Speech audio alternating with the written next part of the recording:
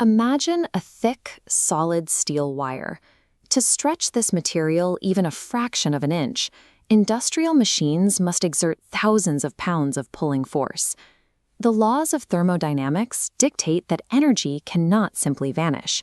When an industrial rig consumes electricity to pull that wire, where exactly does all that physical work go? To find the answer, we start with the wire's baseline.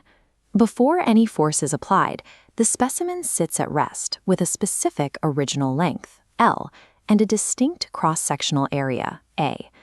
When we subject it to a tensile test, the wire deforms. It experiences a precise, measurable elongation, which we define as lowercase l.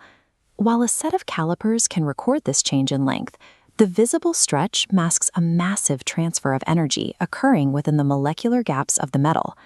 To track that energy, we have to look past the smooth surface of the steel and descend into the material's microscopic geometry. At this scale, the steel reveals a crystalline structure, a lattice of atoms locked into a rigid formation by tight interatomic bonds. These bonds act as millions of incredibly stiff, microscopic springs. When the heavy machinery pulls on the wire, that macroscopic force reaches all the way down to this lattice. The atoms are dragged slightly apart, and these microscopic bonds fight back, resisting the displacement. The mechanical energy generated by the pulling machine deposits directly into these straining bonds. The effort required to separate those atoms is captured and held in tension. Physicists define this trapped, microscopic work as elastic potential energy. While we cannot measure trillions of individual bonds, we can use the wire's macroscopic dimensions to calculate exactly how much energy is hidden inside. Stretching a wire is a progressive process. The further the metal is pulled, the harder it resists, meaning the work builds up continuously as the deformation increases. We can map this on a graph of force against elongation. If we look at a tiny, almost imperceptible fraction of the stretch, a sliver of distance called dl, it requires a specific slice of force. To find the total energy, we add up every one of these infinitesimal slivers of work. In calculus, this integration reveals the total effort expended across the entire duration of the stretch. The area under this linear curve represents the exact total of the stored mechanical work. Every material has a unique stiffness that dictates how it responds to this pull.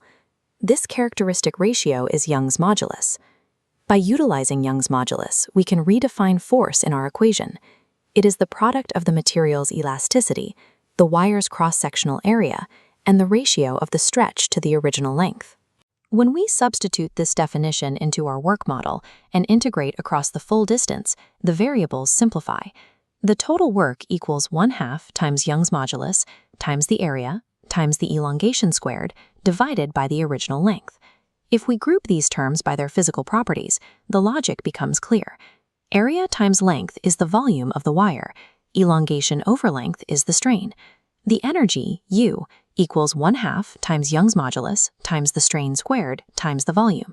This derivation proves that we can precisely calculate the microscopic potential energy hidden within the wire using only its outer dimensions and material elasticity. This formula works for a specific wire, but for a universal physical law, we need a standard metric that applies perfectly regardless of a specimen's size. Dividing total energy by the wire's volume gives a universal value, strain energy density, denoted by lowercase u. Since Young's modulus times strain equals stress, the formula reaches its cleanest form. Energy density is exactly 1/2 the stress multiplied by the strain. The variables in this clean equation represent a volatile physical reality. To see that energy manifest, we only have to release the tension. When the external pull is removed, the trillions of microscopic bonds contract. The stored potential energy converts instantly into kinetic motion, causing the wire to snap violently back to its original shape. Elastic potential energy is a coiled physical force, held in check by the machine's constant pull. Humans have learned to harness this relationship to manage massive mechanical forces, using a material's internal lattice to absorb and store kinetic shocks. Massive industrial springs are engineered for this purpose. Their composition and geometry are chosen to maximize energy storage capacity, allowing them to support crushing loads. Our tallest architectural structures rely on the same principle. The steel girders of a skyscraper are designed to stretch microscopically, allowing the building to store the energy of high winds rather than breaking.